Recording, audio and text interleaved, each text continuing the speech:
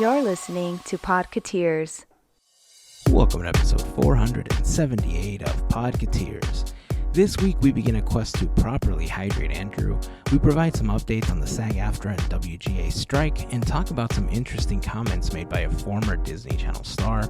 We talk about new comments from Bob Iger and the recent price increases to streaming services, quick updates on Disney Dreamlight Valley and Disney's latest game for the Switch, Island of Illusion, more info on our Teamboat Willie fundraiser benefiting the Children's Hospital of Orange County, also known as CHOC, and we wrap things up with our history segment, Great Moments with Mr. Andrew, with some facts about 1987 and 1988. For more information on our auctions benefiting the Children's Hospital of Orange County, make sure that you're following us on Instagram. We will be posting information there. If you have any questions, please feel free to ask us any questions that you may have. You can also connect with us on Discord if you haven't yet joined the community. Super simple. Head over to podketeers.com/links and you'll find a Discord link there for you to join us. Our first auction is going to be going up on August 17th at noon Pacific time. It's going to run for 24 hours. More info in the episode and also on our Instagram. Our goal is to raise $500 before the end of August, and you can help us get there with a small donation or joining the team to help us raise money. You can go to teamboatwillie.com, which is just like Steamboat Willie, but without the S, or you can go to chalkwalk.org/teamboatwillie. Every little bit helps, so anything that you can give is greatly appreciated. We'll also have more information on the 24-hour pin sale that we're going to be having coming up very soon. So again, make sure that you're following us on Instagram for more information. We'd love for you to join the conversation on our social networks, including Instagram and Facebook, but we invite you again to join us on Discord. As I stated a moment ago, the easiest way to get there is to head over to podketeers.com/links and click on the Discord button to join the community. That's also a really great place to see our latest episode, a link to the Quizneyland playlist, a link to our YouTube channel, a link to Larry's YouTube channel, Goofy Guys Adventures, and more, including links to some of our fundraisers. So podketeers.com/links is a really quick access place to find all of our most common links. A very special thank you goes out to an awesome group of people known as the FGP Squad, our podcast Fairy Godparents, because it's their support via Patreon that help make these episodes of Podketeers possible. As part of the FGP Squad family, you get some additional perks like discount codes to Podketeers gear, additional content that we've uploaded to Patreon, access to our happy hour calls when we get an opportunity to do those. For more information on how you can become part of the FGP Squad family, we invite you to check out podketeers.com/FGP. And as always, a super special thank you goes out to the FGP Squad for their continued support. So that's going to wrap up the intro. Again, please feel free to reach out to us if you have any questions on donating or joining the team or any of the auctions that we're going to be holding for CHOC. But until then, if this is your first time hanging out with us, welcome. We hope that you enjoy the episode and that you come back for more. And of course, if you've been hanging with us for a while now, welcome back, friends. Here is episode 478 of Podketeers.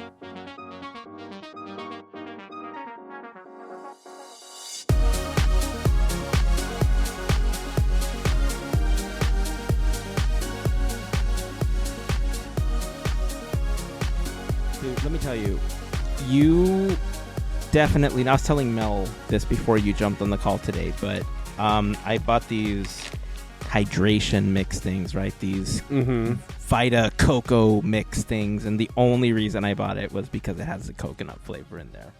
It's got a watermelon and a lemon lime one. Tried all of them as soon as I bought it. Sadly, the coconut one, which is the one I really wanted, did not taste as much like coconut, so it was kind of disappointing. More like sunblock? The watermelon, I mean, I would have probably preferred sunblock, to be honest. It wasn't even that good.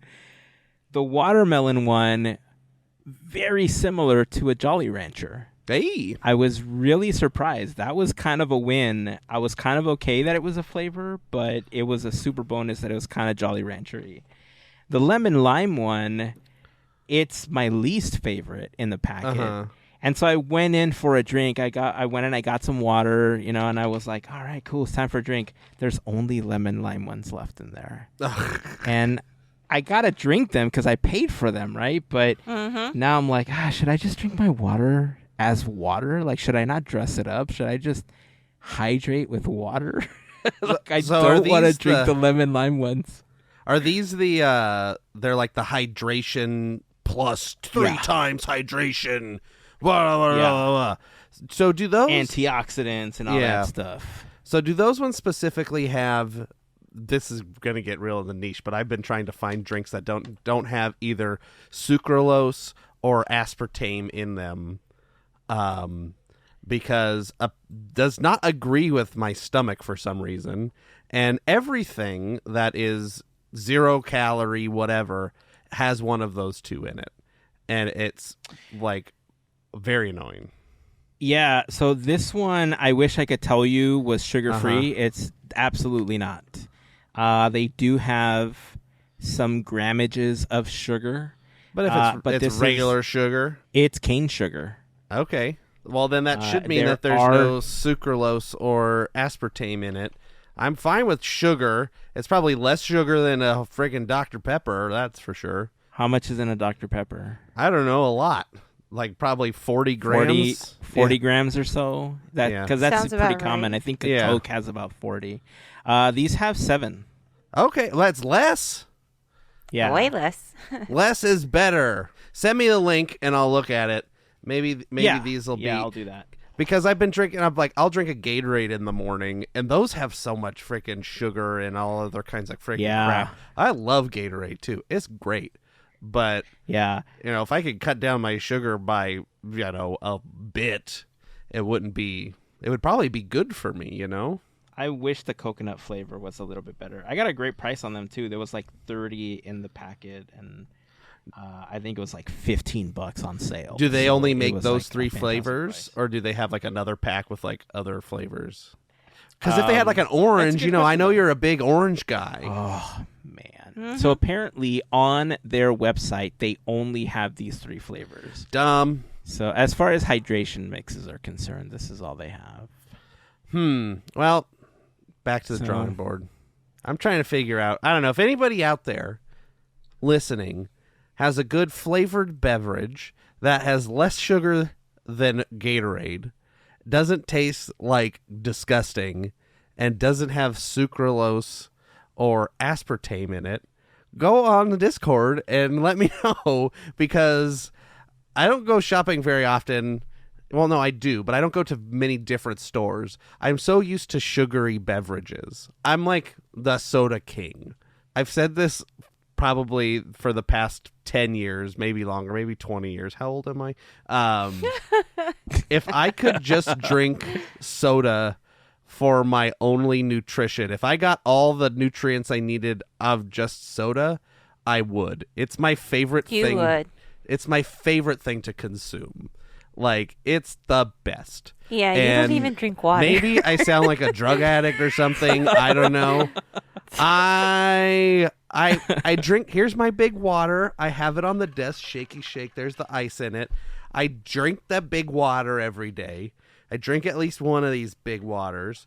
This is the Hydro Flask, not the big jug one, but the one below that.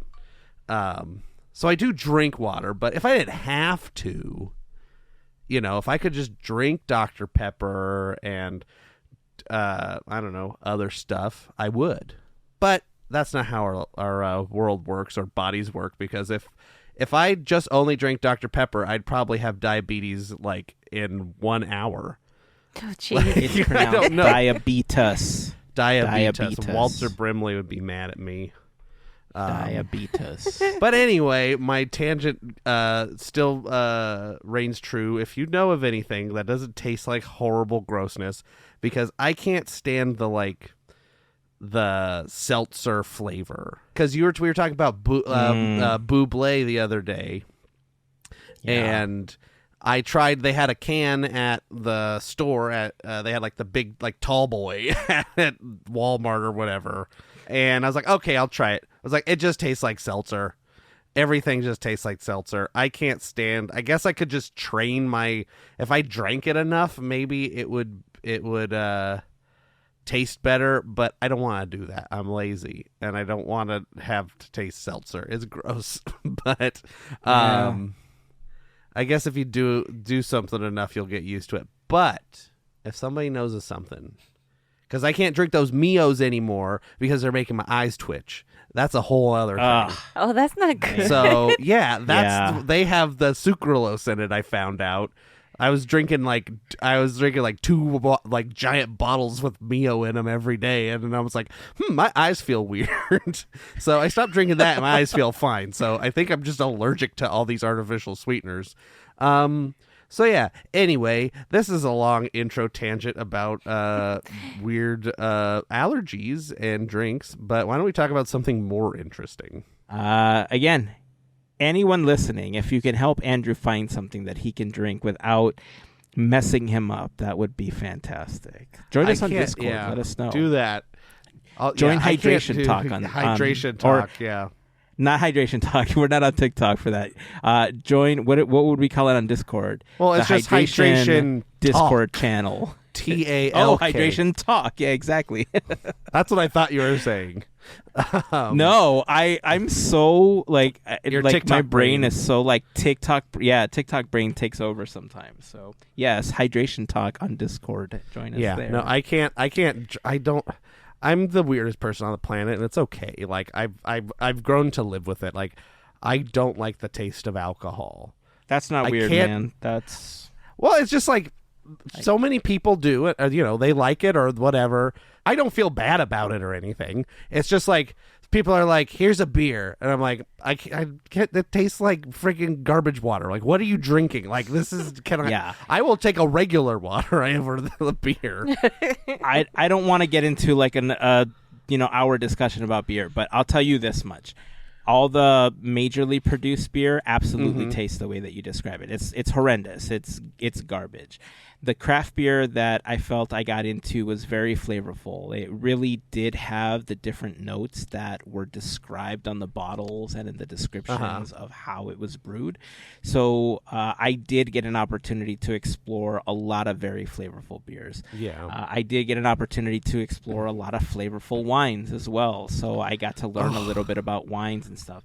But that I know that's an entirely other conversation we can have, but let's jump into some other stuff. How about Hold on. I got one more thing I want to say because I got these thoughts. It should be short. You go to a wedding and they're like, "We're going to toast. Hooray, here's the toast." Man, and you want them to give you milk. Bad. Yes, and mac and cheese. I want them to give me anything.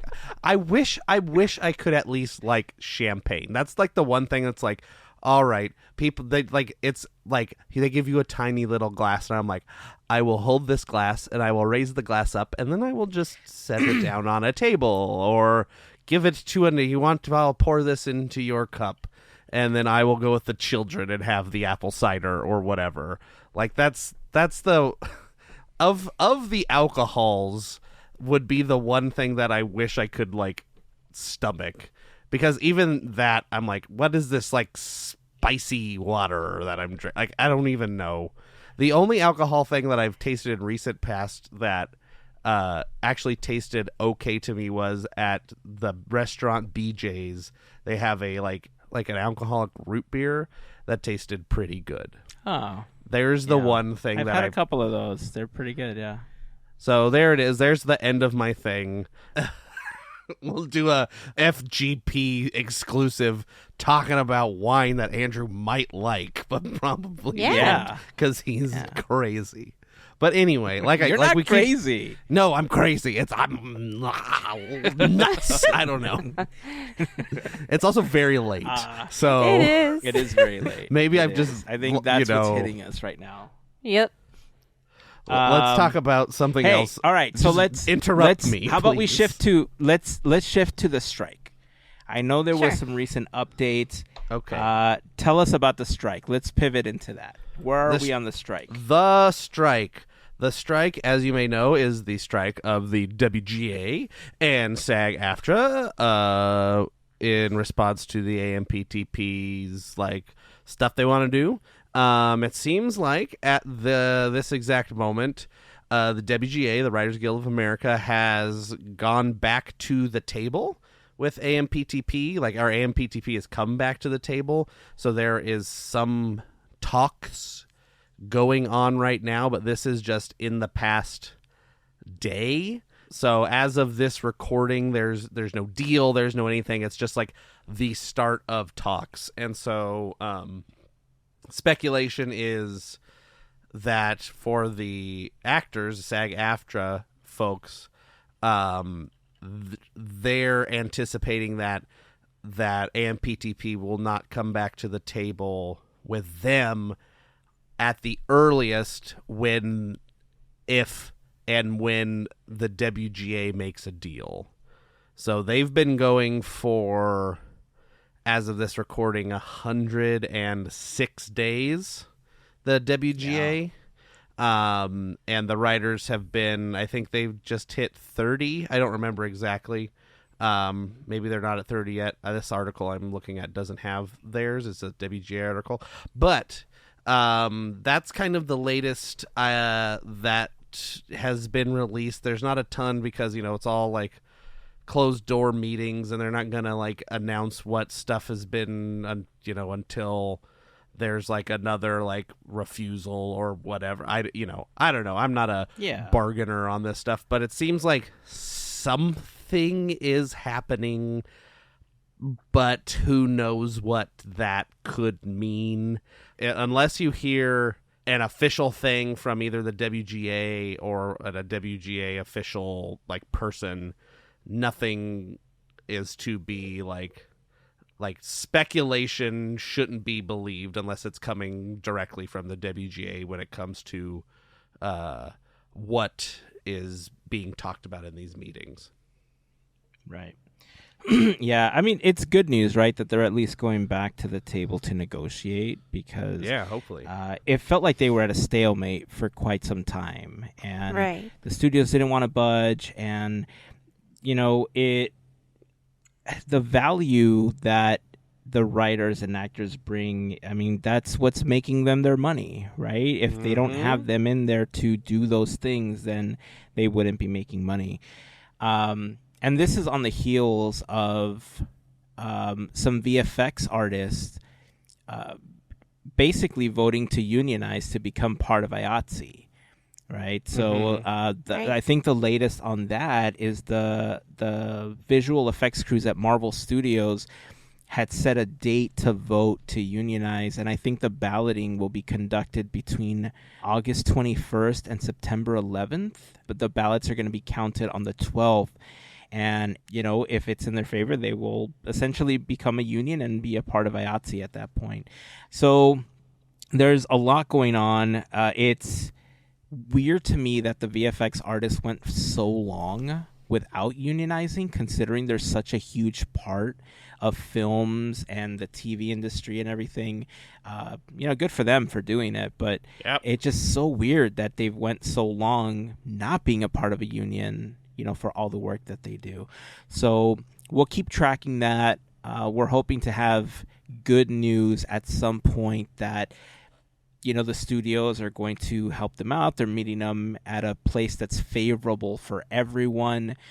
And by everyone, really, we're leaning towards, the WGA and SAG-AFTRA and stuff, because, there's so much we can get into about what we think is fair and what we think isn't fair. But from a payment standpoint, the stories that we're hearing from, members of those unions and how much they get paid and how much they don't get paid for projects, I mean, it's heartbreaking to hear those stories, right? I mean, I don't know if either of you remember or ever watched a TV show called Liv and Maddie on Disney Channel, or have seen it like on, Disney Plus or anything like that. But Liv and Maddie is one of the many shows, like the sitcom type style shows that, were on Disney Channel and stuff. And for a long time, there was this rumor that Disney Channel shows wouldn't go on past 3 seasons. And I never understood, like, it was just kind of like a joke, or like it wasn't really fully understood why that was the case. So Joey Bragg was the older brother on Liv and Maddie, and he was recently on a podcast where he was talking about the structure of all of their contracts. And they were made in such a way where he said that the actors would get 88% of scale. And roughly translated, that rounds out to about minimum wage hourly for the actors. Then, if the show was popular enough, they would get a 4th, 5th, or 6th season. And as part of their contract, they would get more of that money. Instead of 88%, it would get bumped up to like 100%, right? However, Disney Channel, and this is according to what Joey says, right? After the 3-season run, Disney Channel would spin off the show. The same characters would be there, the same, the premise would be tweaked a little bit. So shows like The Sweet Life of Zach and Cody became Sweet Life on Deck. Liv and Maddie became Liv and Maddie Callie style. We saw this with a lot of different shows. And it was because it was considered a brand new show. So instead of going into a 4th, 5th, or 6th season with this popular property, they would start a brand new contract under the new sitcom name and go back to getting 88% of scale versus getting bumped up to the higher tier pay. I remember years ago, my brother and I had this conversation about how the curse of the Disney Channel sitcoms that never went past 3 seasons, or they never went past 72 episodes, or whatever the case was.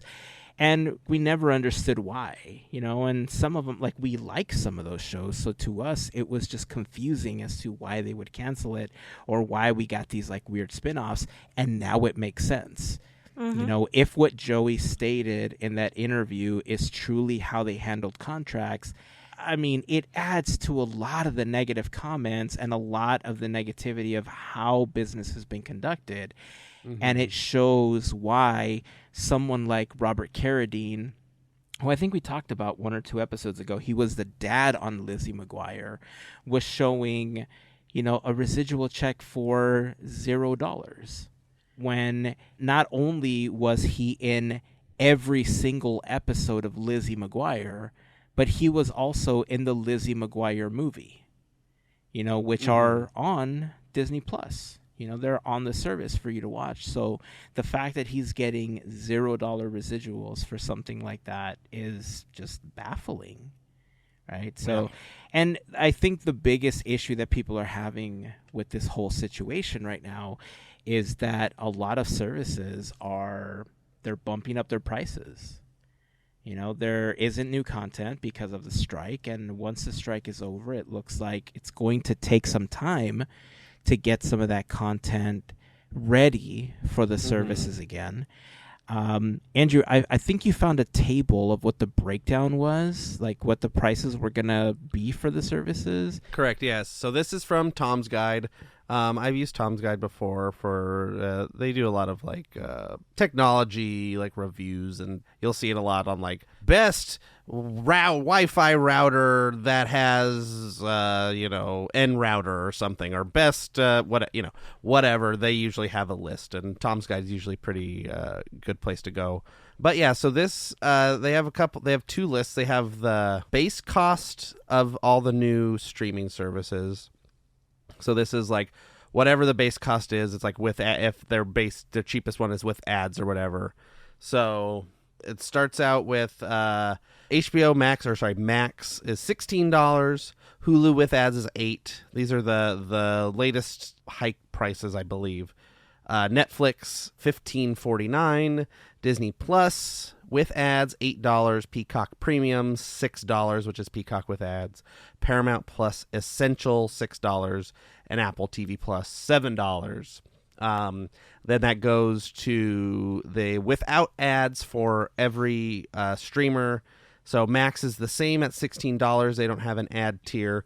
Hulu with no ads from $8 to $18 for another extra $10 for no ads. Netflix is the same, $15.49 for their standard package. Disney Plus with no ads is $14. It's $8 with the no ads. $12 for Peacock Premium Plus, which is the no ads, which is twice as much as a regular Peacock. Paramount Plus with Showtime. is again double from the $6 price is $12, and Apple TV Plus is the same. They have no ads either way, $7. So if you were to get all the no ad streaming services, add all those up, you would have 1, 2, 3, 4, 5, 6, 7 streaming services. You'd be paying $94.49 for each one of those. And I'm sure some people do. Like, I don't have Apple TV Plus or Paramount Plus, but I have, I have all the rest of them. So that's still not like a insignificant amount of money. If you think about it. But I mean, I get it's hard because it's like basically what all these people are doing is they're just making their cable channels again that they used to have or whatever. Yeah. They're just like, all right, here's the same price as cable. It's like the whole idea of this was to like be cheaper than cable, cut the cord, and now it's the same price. I mean, I guess the options that you have are you can just not have some of them. Like, if you don't care about Paramount Plus, you don't have to get it. Like, Apple TV, you don't have to get it. Max, you don't have to get it. Like, you don't have to get any of these. But, and if I'm not mistaken, I haven't looked this up in a while because I have all these services, but I do believe that there are still some, like, free, like, I think, like, you can get the NBC app, and you can watch, like, this week's new episodes. And like the same thing with like the Fox app or something. I think that is a thing that still exists. Correct me if I'm wrong, anybody, but even out there in the land. But I think those things still exist. And then, I mean, I guess there's always like, you could go get like antenna. Like, TV still exists for free that way too. If you really want to, want to cut everything out, you could just get an antenna. But yeah, it's, it's a lot. And I mean, I guess the biggest thing that, with all this stuff, if I'll go on a tangent on this, is everybody wanted to get into the streaming game because for some, everybody's like, it's making so much money. We make all the money, all this money. It's great. And then everybody got into it. And then now nobody's making any money. Yeah. Like, the reason that like Netflix originally and Hulu were making so much money is because like they were the only ones in the game. Like, they didn't have to make 200 original shows because they had all of the licensed material that people just wanted to binge and watch, on repeat, The Office and what have you, Friends and Seinfeld, whatever. People had it. And so, like, yeah, that's something that they had to license, but they didn't have to, like, put in all the work and start a whole company and do all this stuff to make a show, and then you only have 8 episodes and da-da-da-da-da. That's kind of why the early streaming made any money for being so cheap, is because they weren't creating as much like, if you think about how much content Netflix creates, they have kids shows and they have, cooking shows and dramas and comedies, and they just have every kind of thing you can, and movies, and it's just everything is on there, and that costs a lot of money. At some point, it's going to be like, this does not add up to like the budget, like what you're charging, and so that's why they're raising the price, I'm assuming. But it kind of is like, when it comes to like Disney Plus specifically, it feels like there's so much stuff that is not on there that, like, if you're raising the price, like, where's all the stuff that everybody's been asking for? Right. Specifically, where's the value? Where's all the old stuff? Like, the whole like tagline for Disney Plus was like, all the Disney stuff's going to be on there. Like, everything you want is going to be on there, but everything I want isn't on there. Yeah. Like, they own it all. Like, no, you can't tell me that the streaming rights for the original Mickey Mouse Club is like tied up somewhere. Like, you can't tell me that the streaming rights for the Disney TV show is tied up somewhere, like the you know, the ones that aired on ABC and stuff. At least, like, there's definitely like hundreds or thousands of hours of stuff that they could be putting on that they just haven't for some reason. But what if it is, though?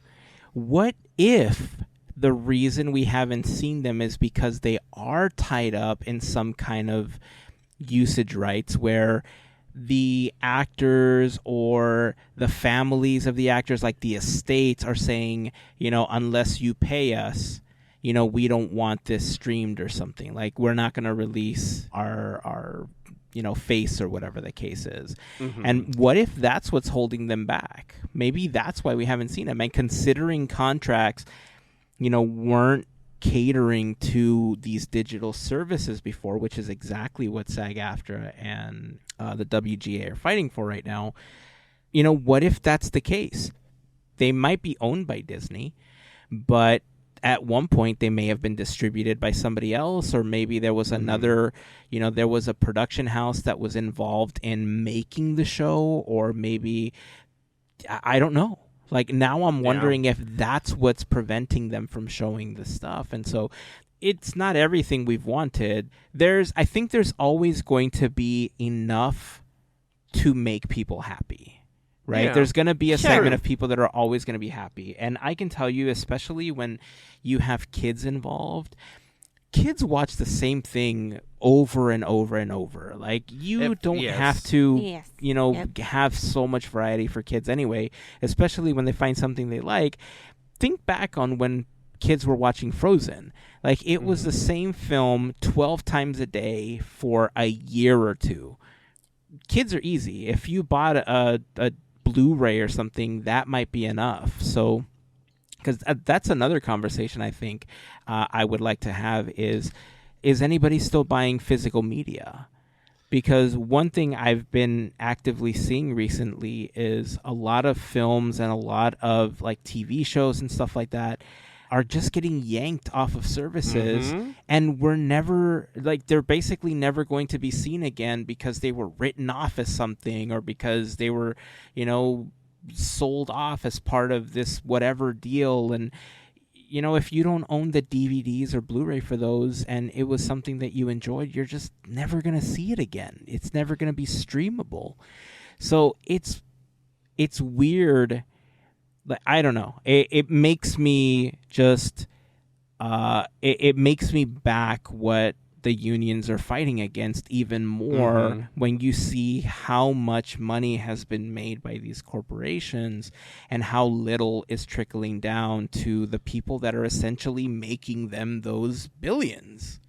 Exactly. Right. So, again, I'm glad that there seems to be some kind of movement, but like all these plans that are available, you know, they keep going up. Alternative services like YouTube TV, you know, just went up in price as well. It's like $72.99 a month for a little bit over 100 channels. It's basically cable. It's just cable on the internet. At this point. And that's the funny thing, right? Everybody, like, even I was like, yeah, we're cord cutting. We're cutting our satellite. We're cutting cable. Like, we're just going internet. But you still got a cable of internet coming into your house. So it's not like you really cut anything. You just kind of change the provider. Exactly. And, you know, everything from YouTube to Sling to is it Philo or something like that? Like DirecTV has a streaming service now where you could just do it over the internet without the satellite dish itself. But they're all up there. You know, they're all $70, $80 a month, and then you can add your premium channels on top of that. You can add DVR capabilities so that you can access TV shows that you want to record over the web later. So I don't know what the breaking point for people is going to be, because the password sharing thing is a whole other issue that now even Disney is saying we're going to crack down on password sharing, which for Netflix, they're saying that they benefited from it, that they had new signups and stuff like that. But I know that it hurt a lot of people, especially families where, you know, they have a kid in college, right? Like they're living on the Right. dorms or something. Like, why would you pay for 2 Netflix services if you could just log into the one that belongs to the parents, or one like a sibling or something? Well, and it's like there's a spouse in the military. Yeah, that's another Or great traveling. example. Or Yeah. or you're traveling, or you live in a car or whatever, or a RV. Like you don't have Great a examples. home Wi-Fi. You cannot your Wi-Fi cannot be your phone. Like it has to have like a home IP address. And so like all these people are getting screwed out of just like, you can't have Netflix. Like this is the account and all I do is watch it on my phone. I'm sure there's some people that if you're a like struggling person that, trying to save money, it's like, well, maybe you just have a phone for your internet. You don't have like internet at home, because it's like, why have both if you have unlimited data on your phone? And it's like, well, now I can't watch streaming stuff because I don't have a home Wi-Fi. It's all just like so much greed.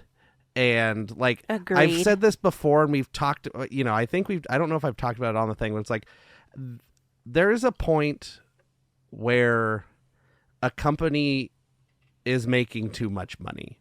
And like, I don't want to sound like a conspiracy theorist or anything, or whatever you want to call me, name, I don't care. But there should be a point where it's like, hey, we made $150 billion in profit, or whatever company, this company. It's like, maybe we could take some of that money and then we put it back into the company and make better stuff, or like cool stuff. It's like, hey, shareholders, we made so much money. This should be enough money for you that at some point you have to reinvest in your product to keep standards high, and your product involves the people that create the product. And I was reading this thing, like, I guess there's some court thing where it's like, I think it was Adam Conover maybe shared it or something, where they're like, this company wanted to do this. Let's say it was like Henry Ford. I don't think it was him, but I don't remember. Was like, we're making so much profit, I want to give all my employees raises. And then the shareholders are like, you can't do that. We're the shareholders. That's our money. And so they went to court and basically said, like, the company's number one priority is to its shareholders, not its employees. And so there's like this court case that is like, sets a precedent for all these companies to like do this. And it's kind of like bad, because it's like, if you are legally obligated to only do what the shareholders say, then you're kind of like stuck in a corner where you can't invest. Like, I'm not going to say all shareholders, because I'm a shareholder and it's not what I want, but I got one whole share of the Walt Disney Company stock. So it's not like a ton, but this shareholder doesn't give 2 cents whether they make $100 billion in profit or $200 billion in profit. Who cares? How about like make your company a company that everybody wants to work at and makes a good product and is like a good working environment and XYZ and does good for the environment and, all these different things. Like, all this money could be going to, instead of the like venture capitalists, I guess I'm just sounding like I don't know what, but No, you make it's sense. like at some point there's too much money, and maybe you should take some of that money and do something with it other than just like I don't even understand how the stock market works, so I'm not even going to get into that. It's like, you own part of this company and then you can like sell part of it, but anyway, I guess I'm just gonna have to go to a class or watch a YouTube video on how the stock market works. Seems like a whole big just like a Ponzi scheme or something to me. But yeah, that I just said enough. I'm just gonna stop there. I'm not gonna keep talking. Yeah. So the one thing that just my brain cannot compute or understand, and maybe because I'm probably just not in that world, but if you made so much money, let's say Bobby could have been like, hey, we made all this money, we're going to give you a chunk and we're going to invest in this so that we could go ahead and continue to make more money. I don't understand how they can't do that. Like, wouldn't you be excited to put some money back in investing so that your customers are happy and your customers want to come back and do stuff. Yeah, I'm on that part with the rant with the whole price hike. It's like compared to Hulu or something, you're not getting as many new episodes. Or the shows that they've just recently dropped are not the best. And I could say that because I saw one complete show and I still wasn't happy. So, there is not as much value. There is not, like I said, compared to like Hulu, Max, Paramount Plus, like everything else. So if they're gonna raise prices, it's like, give us something. Don't just raise the price because you have to and because you made a mistake and cost the company money. Throw us a bone here. Yeah, I'm frustrated at the price hikes. I really am, because it's only one new show practically for us here. Like, that's just exciting and that's it. And it's kind of like, well, there should be a couple more shows to kind of be like, hey, let's go back and keep watching. Or maybe a show or two that kind of is okay. Disney, get your poop together.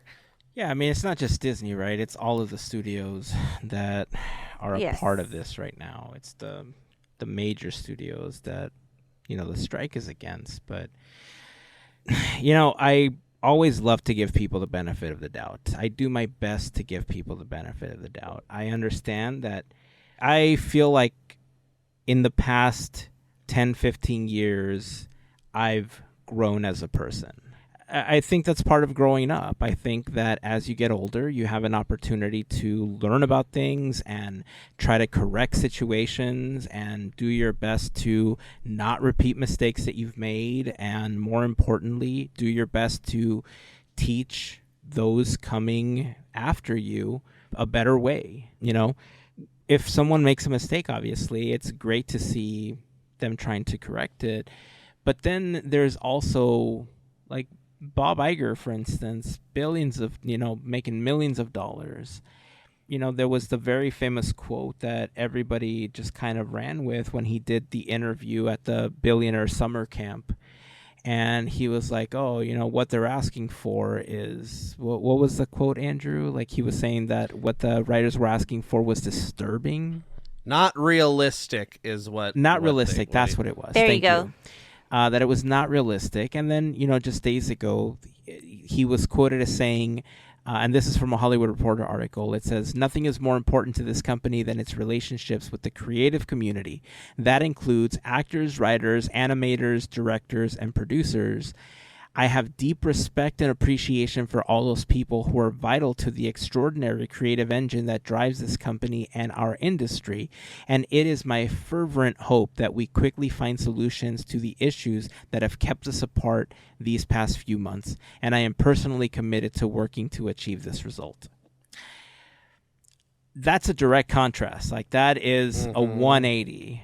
Essentially from where he was. And if that is truly his mindset, that's fantastic, because that's the mindset that I believe he should have, as somebody who can make a decision to really help just people live within their means, be able to get healthcare, be able to afford rent and food, So if that's the new mindset, great. Let's help them out, get this deal made. But if it just turns out to be something that sounds great in a soundbite because the news articles were making him look like a villain all of a sudden, then that's horrible, right? Because that's not what they need. That's not what they want. And like I said, I've, big fan of Bob Iger for a really long time. I've also stated that there's things that Bob Iger has done that I have not agreed with and I have not been fully on board with. But of everything, this is probably the most disappointing. That if he truly felt like this should have ended for Disney a long time ago. And this is not something new just for writers. Like, this is something that even cast members have gone through. I get that, like, the last 3 years have been full of turmoil and they've been full of unexpected things that nobody ever saw coming. I remember helping with a cast member food drive at one point. Like, why would we have to do a cast member food drive if they were making enough money for themselves? Like, you see what I mean? Mm-hmm. Like, it just, Yeah. it's hard to not see those things and just not understand why Disney doesn't see the value in their own employees, like their own cast members, regardless of whether they're in the parks or whether they're at Imagineering or whether they're writers or actors. We're fans. We love to see these things. We want to be a part of them. Our shows right now are in support of the strike, and there's tons of content for us to talk about. There's a film that recently came out that we've been chomping at the bit to talk about, and we're just not, because we feel that we want to help. We want to do our part. Like, we're not directly related, but we want to help.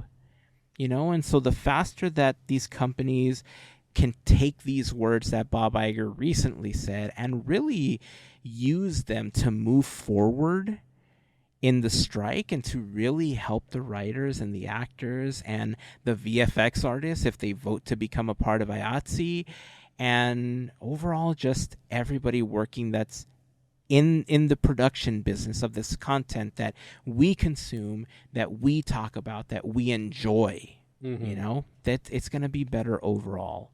So, I mean, if we're going to see all these price hikes and it's eventually going to go towards helping everybody that's on the picket line, great. Do I think we need the price hikes to help the people in the picket line? Absolutely not. There is plenty of evidence that these companies have made money to help everyone on the picket line. Granted, I understand that some of these streaming services are losing money. Disney recently talked about how in the second quarter, there was a streaming loss of like $512 million. And there was like the, what do they call it? The impairment charge, the $2.5 billion, when they removed all those shows that they were purging from Hulu and stuff like that. So there was an additional loss to that. I get it. I know that they're losing money, but it all circles back, right? If you keep raising the price, less people are going to want it because they're not going to be able to afford it, especially at a point in time where not a lot of people are making enough money to pay for these services. It even ties to the prices in tickets in the park, right? For a long time, they tried to subsidize Disney Plus with money from the parks. But the parks also took a hit, and people have been very vocal about, the parks not being at a state of like, hey, this is the Disney that I remember thing, sort of situation. So, yeah, I wish there were appropriate words to help the studios and the CEOs and these executives see what they're doing and the essential damage that's being done. But at the same time, they can't be blind to it.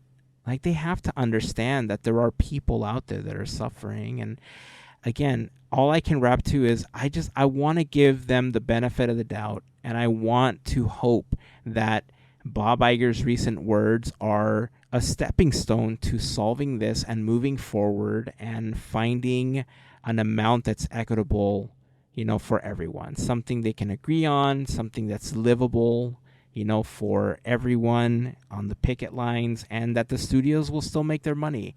I understand that they have to answer to their shareholders. I get it.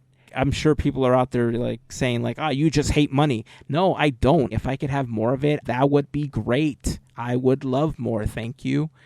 But at the same time, again, there's people that either live in their car, they can't afford rent, they can't afford a meal. Like, there is something horribly wrong with that situation. It's sad. So I don't know. Again, hopefully it's a good step forward.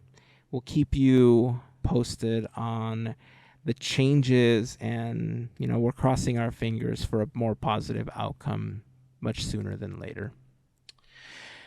All right. Well, Before we continue, I do want to remind you that this episode of Podketeers is brought to you by a fantastic group of people known as the FGP Squad, our podcast Fairy Godparents, because it's their support via Patreon that help make these episodes of Podketeers happen. For more information on how you can become part of the FGP Squad family, we invite you to go to podketeers.com/FGP. There you'll find a list of some of our top contributors, a link to our Patreon, a little bit about what the FGP Squad is all about. And being a part of the FGP Squad family gets you a few additional perks, like access to some content we've uploaded to Patreon, a special section of Discord, access to happy hour calls whenever we have an opportunity to do those, giveaways, discount codes for new Podketeers gear, all sorts of stuff. As a matter of fact, FGP Squad, please keep an eye on your mailboxes. If you had an opportunity to check the Patreon post that I recently made or the picture I posted on Discord in the FGP channel, you know that you have some a little goodie coming your way very soon. So keep an eye out for those. Hopefully, those will be delivered soon. We'd love to see you posting photos of those once you get them. Tag us if you post it on any social network. But I was pretty happy, ultimately, with the design that ended up on the product that we sent to you. And I feel like the design itself can be repurposed for other products. Like, now that I have them with everyone's name, yes, it includes people's names. Now that I have those designs, I feel like it can easily be applied to other stuff. So, Oh, yes. more to come on that soon. More information, podketeers.com/FGP. And of course, to all of the members of the FGP Squad, we just want to send a huge thank you for your continued support.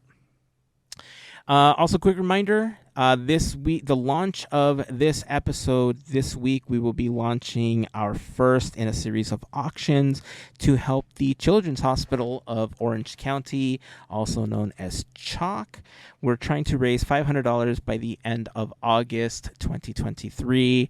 I don't know when you're listening to this, if this is you listening to this in the future, past August 2023, the auctions are done. But if you're listening to this on release day or release week, the auctions are going on. Make sure that you check out our Instagram for more information.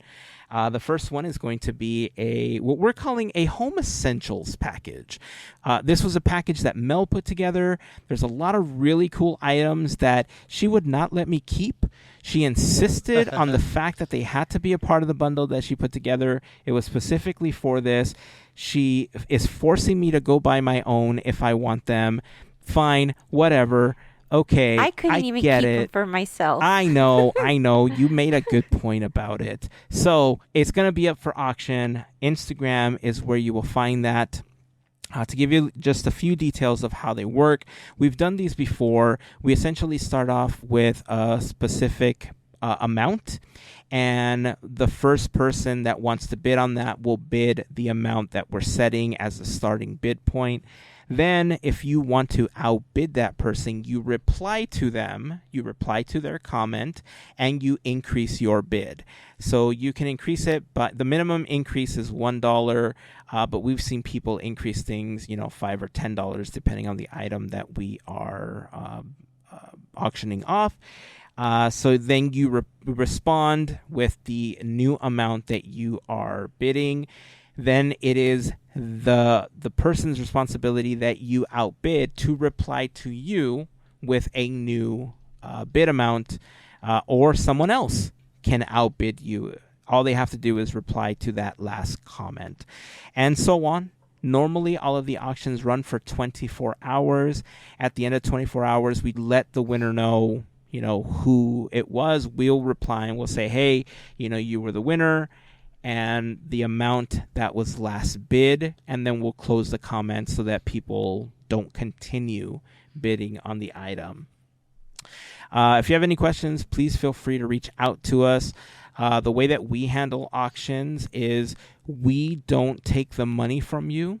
What we ask is that you make the donation using the link that we provide you for the organization that we're raising money for. And then once you can send us a screenshot, we'll also get an email saying that you made the donation and the amount that you made it in. Then you give us your address. We will box up your item and we will ship it out to you. Again, if you have any questions, please don't hesitate to reach out to us. We'll be happy to answer any questions that you might have. The one thing that we do ask is if you are participating in these auctions, we ask that you are 18 years old and that you are an adult that can actively participate in these auctions.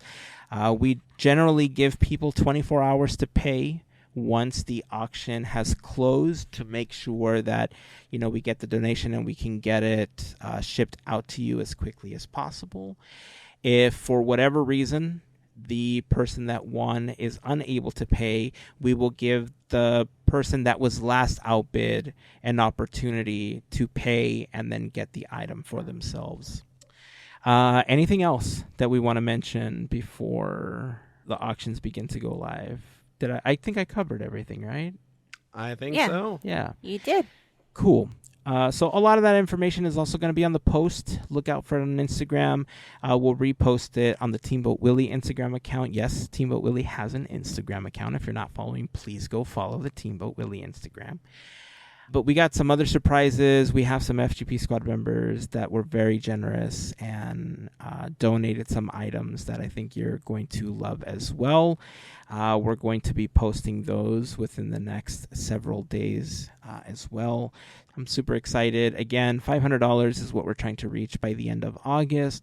If you don't want to participate in the auctions, donation is great. Any denomination counts. I've always heard like, my $1 not going to make a difference. My $2 aren't going to make a difference. It does when 500 people donate $1. Mm-hmm. If we'd be done if 500 people just donated $1. So it makes a huge difference. It may not feel like that, but when you clump it together with everything else the community is bringing to the table, you have a feast. Right? You may have a grape or you may have just a bundle of grapes, but if everybody brings a little bit, you end up with a feast at the end. Also sharing our link. That's another great way to participate. We have chocwalk.org/Teamboat is the donation link for this current fundraiser.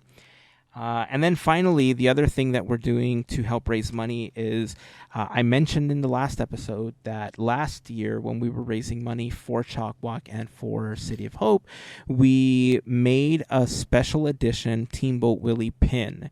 It's gold and black. We only had 100 of those to sell. It was very, very limited. It was the first time we ever made an enamel pin, but we were super psyched. We were super happy with how it turned out, and we have of the 100 that were made, we have less than half at this point. But if you're interested, if you go to podketeers.com, you will see a link to purchase one of those. Proceeds from the pin sales also go to benefit these fundraisers. As a matter of fact, you know what? I think the last time that we posted it, we had a day where we were donating either $5 or $6 for each pin sold. I'm going to, in advance, let you know. Probably, I'll give it maybe a week so we can get people to know that it's coming. That way you get the collectible pin. But for 24 hours, I'm telling you in advance before this goes up, for 24 hours, all pins sold, instead of us donating $5, we will donate $10 for every pin sold. 24 hours only. Nice. I will tell you in advance. I will post it on Instagram, on Discord, everywhere, on Threads, because, we're on Threads now. Mm-hmm. So you know that the sale is coming.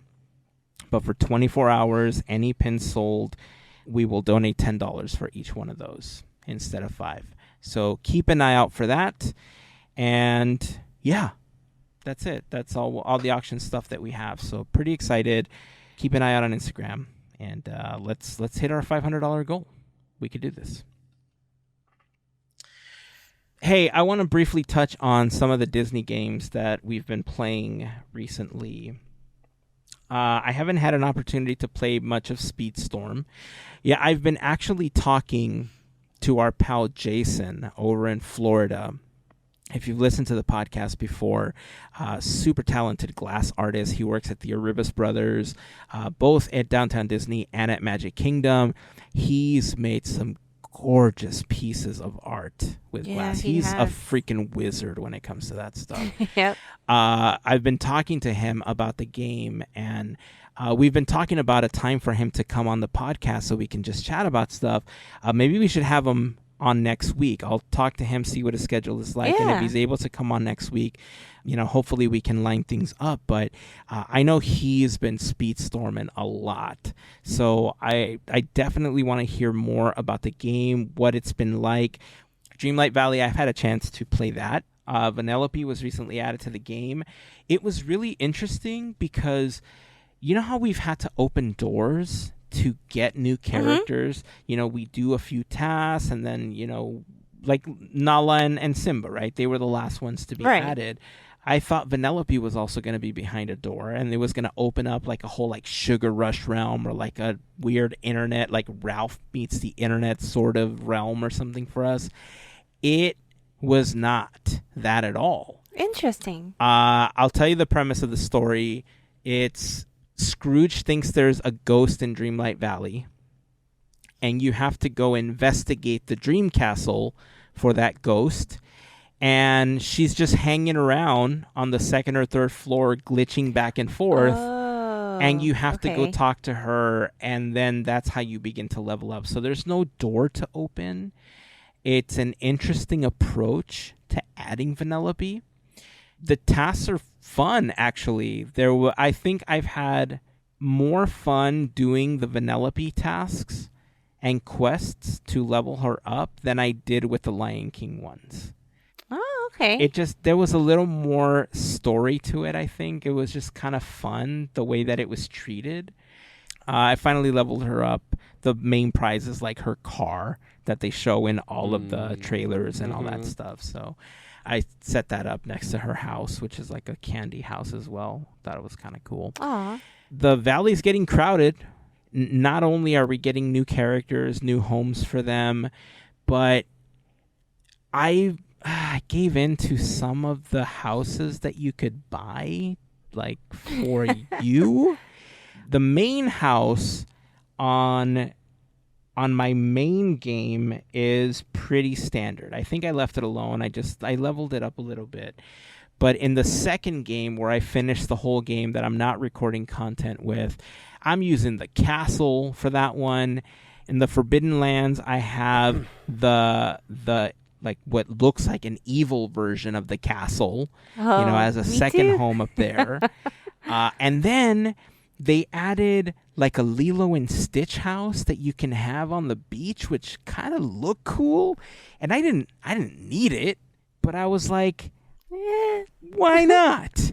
And so I got it. I didn't get the Monsters Inc. one, which I thought may have looked nice when you add it next to like Scrooge's store or Remy's house or Chez Remy.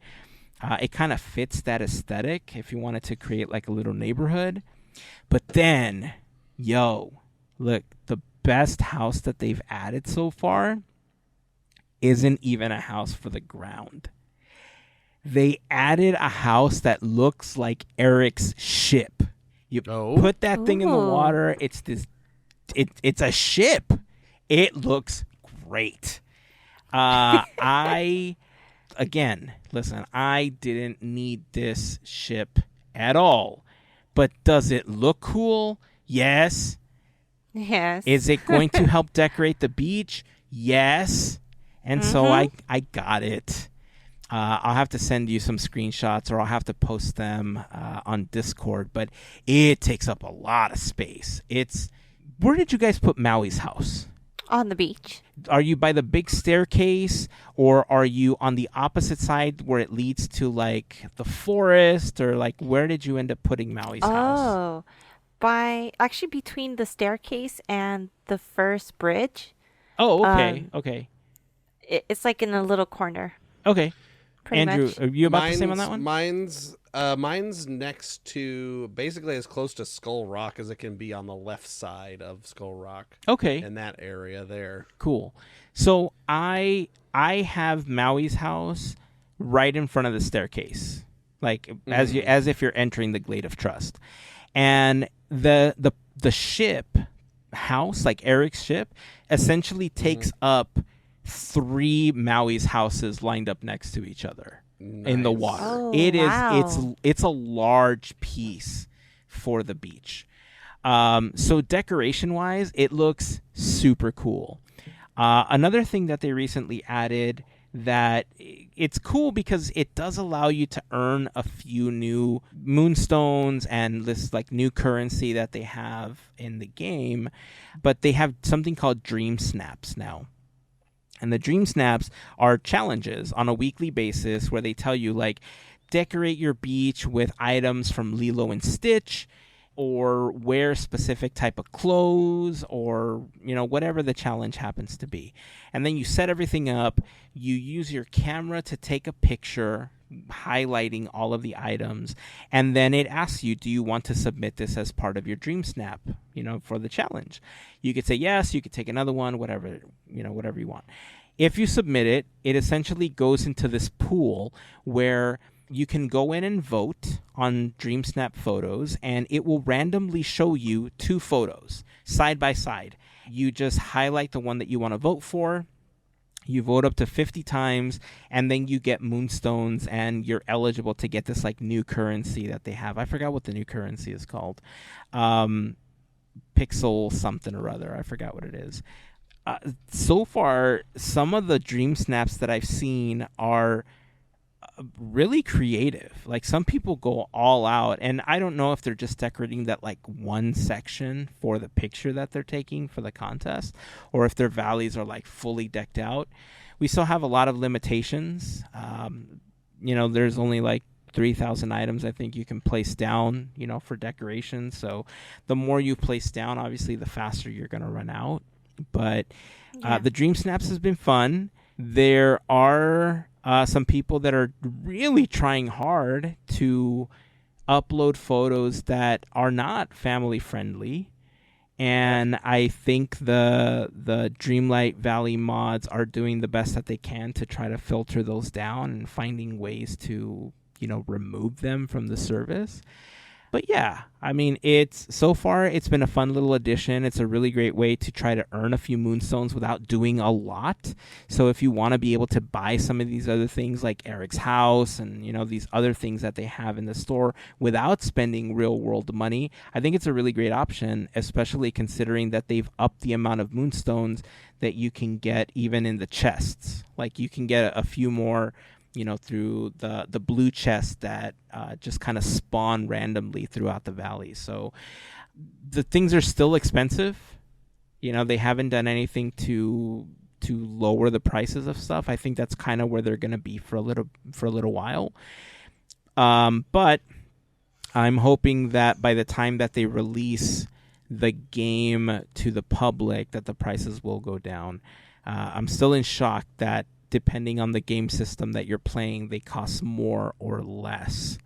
I thought they were just all kind of the same price until that was brought to my attention. So that was kind of crummy. We probably talked about this before, but I wonder if it's like how much the platform takes. Probably. So like, it's probably like Gameloft is like, I want this much money. So then they just add the like percentage that the platform takes on top of that for the cost. That seems like the most likely scenario.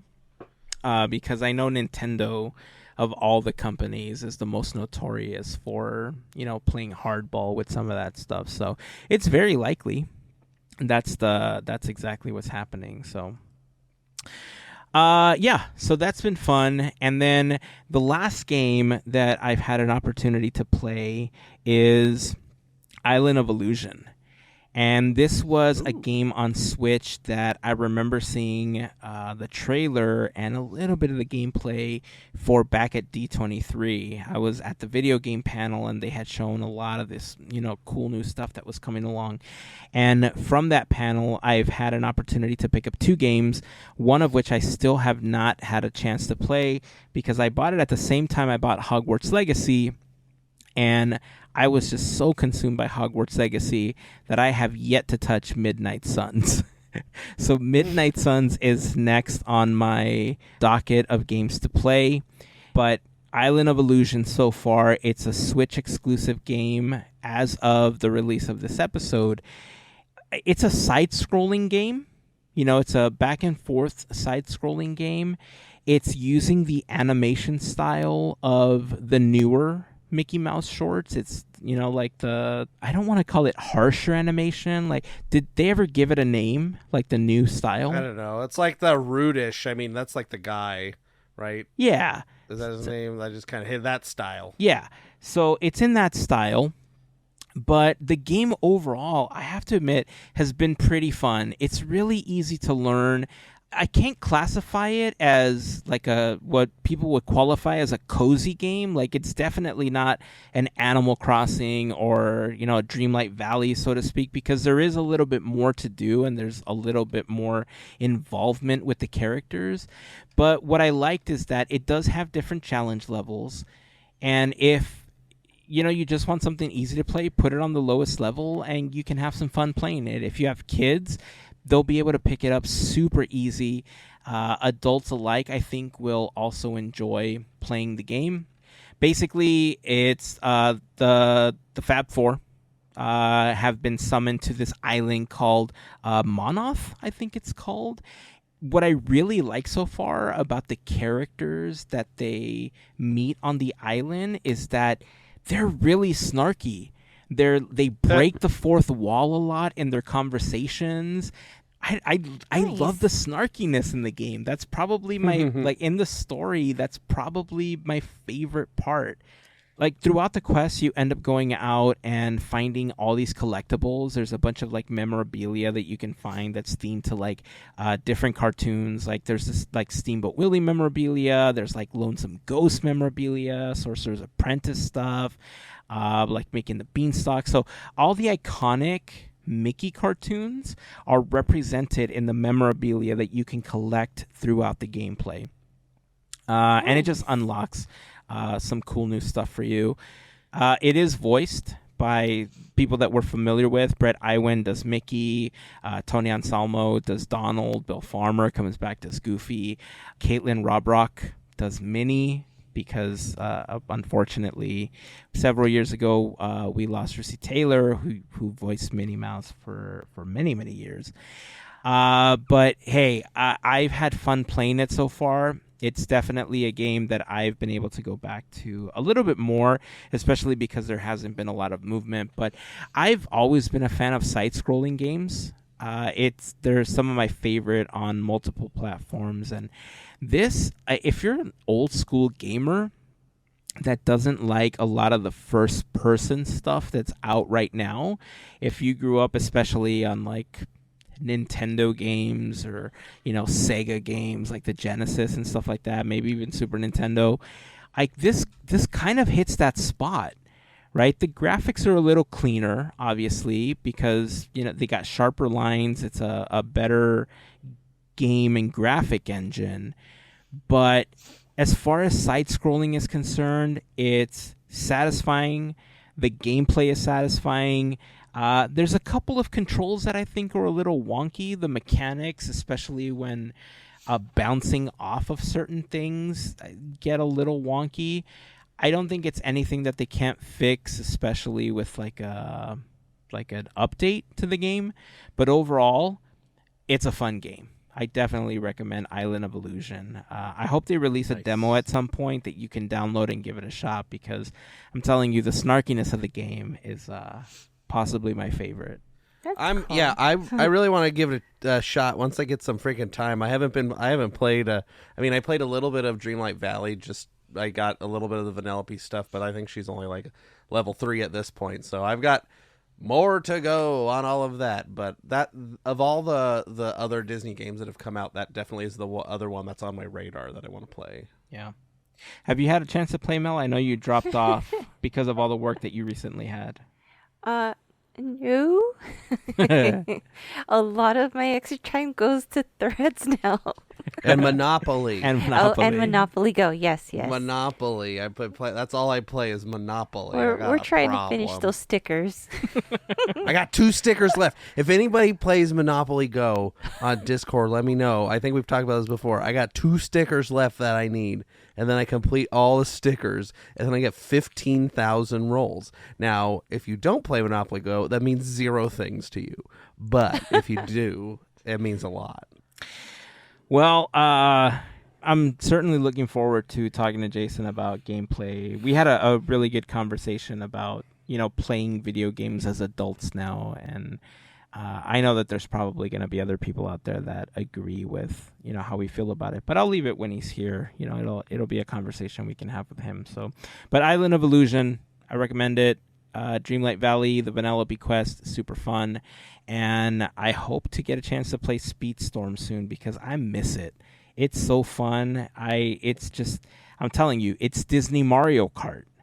It's got a few extra power-ups and stuff like that. It can get a little complicated because they decided to have 2,000 different forms of currency in the game. I'm kidding. There's like 4. But still, there's no additional currency in Mario Kart, which adds to the complication. But once you kind of understand the mechanics, I think it's super fun. One other game that I won't talk about this week, I'm hoping to talk about it next week because I'm hoping to get some of the packs, is Lorcana. Lorcana is a card game that Disney's going to be releasing with Ravensburger very soon. On August 18th, I believe it goes on sale for like small shops, so small comic shops and small places that hold card tournaments and stuff are going to have access to it. They're going to have it for sale, and it goes for sale to the general public at major box stores on September 1st. So I'm hoping to get like a couple of the starter packs, learn a little bit about the game. More information has been slowly trickling out on the gameplay and the premise and the story and everything. I haven't read or watched anything about it because I was hoping to get the cards to kind of have it in front of me to learn a little bit. But regardless if I can get the cards or not, there's stories about how that's been going recently, which we'll talk about next episode.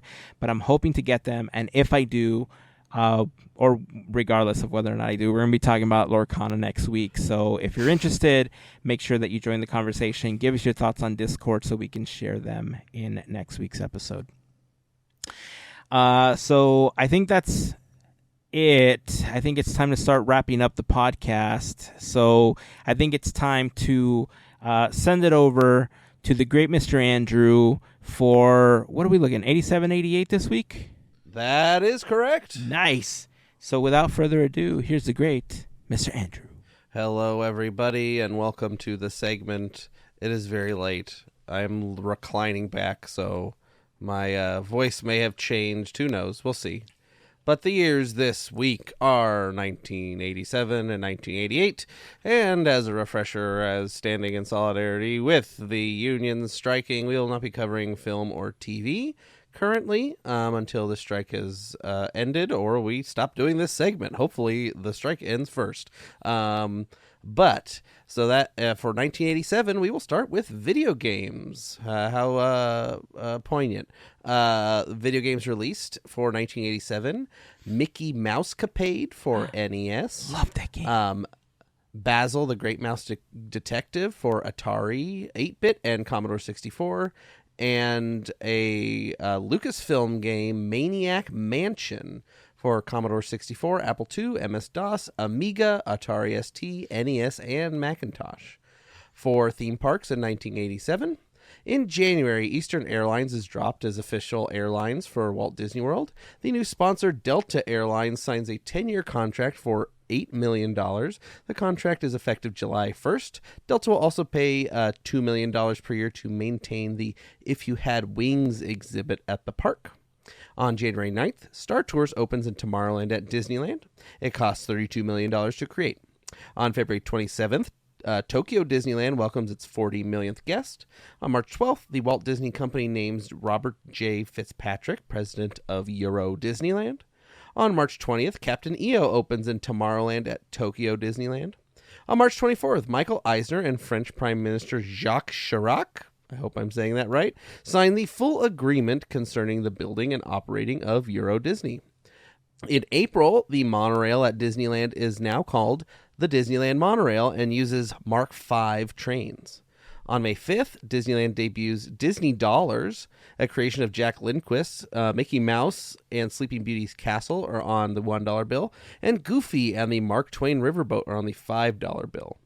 On June 1st, If You Had Wings closes at the Magic Kingdom, and on June 6th, If You Could Fly opens in Tomorrowland the Magic Kingdom, sponsored by Delta. On June 11th, the Disney Gallery opens in New Orleans Square. Also in June, work begins on Splash Mountain at Disneyland. On July 4th, Big Thunder Mountain Railroads opens in Western Land at Tokyo Disneyland. And on November 26th, Tokyo Disneyland welcomes its 50 millionth guest. Other notable events of 1987, the Museum of Cartoon Art in Rye Brook, New York, exhibits the art of Walt Disney Studio, one of the most comprehensive shows of Disney art ever displayed. Disney announces that it is selling the Arvida Real Estate Company for $400 million to JMB Realty Company. On March 28th, the first Disney store opens in the Glendale Galleria, California. In July, the second Disney store opens on Pier 39 in San Francisco. And in November, the third Disney store opens in Orange County, California. Also this year, Disney creates the Disney Legends Award program. Fred MacMurray is the first to be awarded. Disney begins featuring its television advertisements after great sporting events, where the star runs up to the camera and says, "I'm going to Disneyland." Snow White receives a star on the Hollywood Walk of Fame. A hot air balloon shaped like Mickey Mouse, dubbed Air Force One, debuts, and Marty Sklar is named president of Walt Disney Imagineering. Birthdays for 1987, we have February 9th, Michael B. Jordan. April 3rd, Rachel Bloom. April 9th, Jesse McCartney. September 28th, Hilary Duff. October 18th, Zac Efron. And November 28th, Karen Gillian. Deaths for 1987. On April 19th, Disney legend and one of Walt's 9 old men, Milt Kahl. That brings us to 1988. For video games in 1988, there are quite a few. Sierra Online releases the Black Cauldron game for the Amiga computer. Buena Vista Software releases the Who Framed Roger Rabbit game for the Commodore 64 computer. The price of that was $29.95, and the price for the Amiga computer version was $44.95. Woohoo! Also released the Mickey Mouse, a game just called Mickey Mouse for Commodore 64, Amiga, Atari ST, Sinclair ZX81/Spectrum. Also a Donald Duck game for Famicom. Donald Duck the Hero for Commodore 64. A Goofy game called Matterhorn Screamer for DOS, Apple II, and Commodore 64. The Jungle Book for Amiga and Atari. And The Chase on Tom Sawyer's Island for Apple II, Commodore 64, and DOS. For theme parks in 1988. On January 28th, groundbreaking for the Dolphin Hotel and the Swan Hotel complex begin in Walt Disney World. On January 30th, the Illuminations show debuts at World Showcase Lagoon in Epcot. On February 13th, the Expo Robotics robot demonstration opens in Communicore West in Epcot. On March 19th, Disneyland is host to the first Blast from the Past celebration with a parade, Main Street Hop Show, Super Hooper Duper Hula Hoop event, and the original 1950s and 60s entertainers. On April 10th, America Sings in the Carousel Theater in Tomorrowland at Disneyland closes. On May 6th, the Norway Pavilion opens in World Showcase at Epcot Center. It includes the Floording Shop, Puffin's Roost Shop, Kringla Bakery, Og Cafe restaurant, and the restaurant Akershus. Again, I'm sorry, I'm probably butchering all those, so apologies to Norway in general. On June 18th, Mickey's Birthday Land opens near Fantasyland and Magic Kingdom, including the mini surprise birthday party show. On June 28th, Disney's Grand Floridian Beach Resort Hotel opens in Walt Disney World on the west shore of the Seven Seas Lagoon. It includes Flager's Restaurant, 1900 Park Fair Restaurant, M. Mouse Mercantile Shop, Narcoossee's Restaurant, Victoria and Albert's Restaurant, and Commander Porter's Shop. On June 30th, the Videopolis Railroad Station opens at Disneyland. On July 5th, the Maelstrom Boat Ride opens in the Norway Pavilion at World Showcase at Epcot.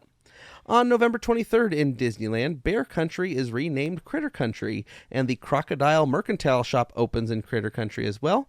The former name was Ursus H. Bear's Wilderness Outpost.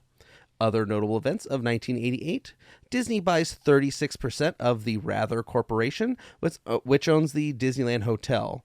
Bjornlies also buys 36%, agreeing to allow Disney to run the hotel and develop some land in Southern California as part of the deal. Time magazine features Michael Eisner and Mickey Mouse on the cover of its April 25th issue for an article on the revival of the Walt Disney Company.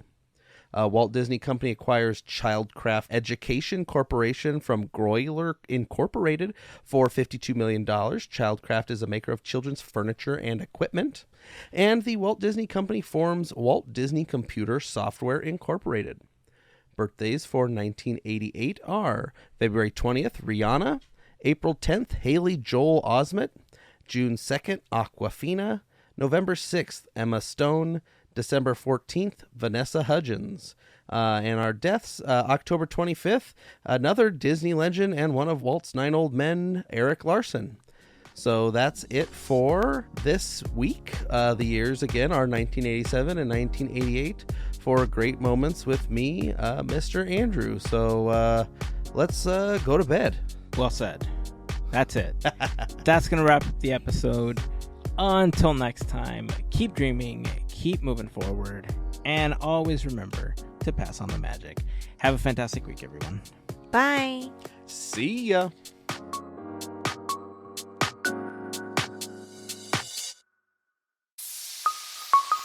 Part of the Podketeers Network.